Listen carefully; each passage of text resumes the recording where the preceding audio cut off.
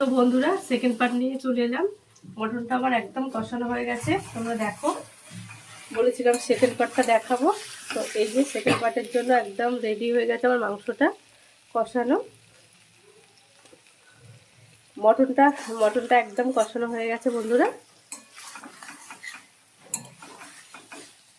তো এখন আমি এটাকে কুকারে দেব। কুকারটা আমি রেডি করে রেখে দিয়েছি এইখানে। তো তোমরা একটু দেখতে থাকো, সঙ্গে থাকো। আমি বন্ধুরা এটা 20 মিনিট ধরে ভালো করে কষিয়ে নিয়েছি। মশলাটাও ভালো করে কষে গেছে, তোমরা দেখো। এই একদম তেল ছেড়ে গেছে আর মশলাটাও ভালো করে কষে গেছে। তো আমি খালি এর মধ্যে কুকারের মধ্যে বন্ধুরা দিয়ে দেব। দিয়ে 4টে সিটি দিলে আমার মাংসটা পুরো মটনটা কমপ্লিট হয়ে যাবে। তো তোমরা দেখতে থাকো। এই আমি কুকারের মধ্যে দিয়ে দেব।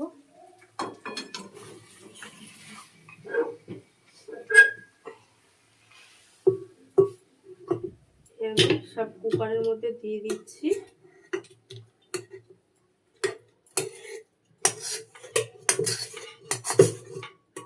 বন্ধুরা এর মধ্যে একটু জল দেবো, গরম জল, যেহেতু আমার আগেই করা ছিল।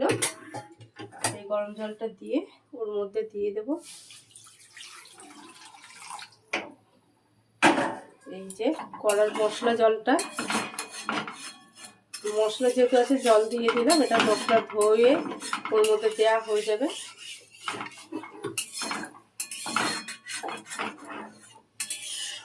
মশলাটা সব মানে কি কড়াইয়ের মধ্যে লাগা ছিল, এখন এই যে ভালো করে পরিষ্কার করে জলের মধ্যে সব নিয়ে দিলাম।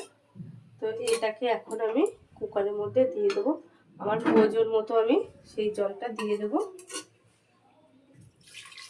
এই বন্ধুরা আর একটু আমার জল লাগবে।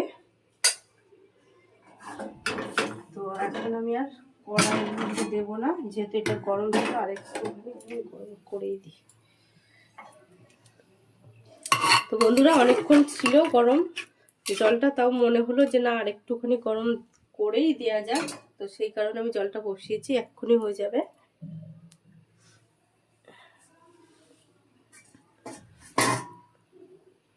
তো বন্ধুরা জলটাও আমার হয়ে গেছে গরম। তো এখন এই যে এর মধ্যে আমি দিয়ে দিলাম, কারণ কি কুকারে বেশি জল লাগবে না। আর এটা বেশি ঝোল করব না,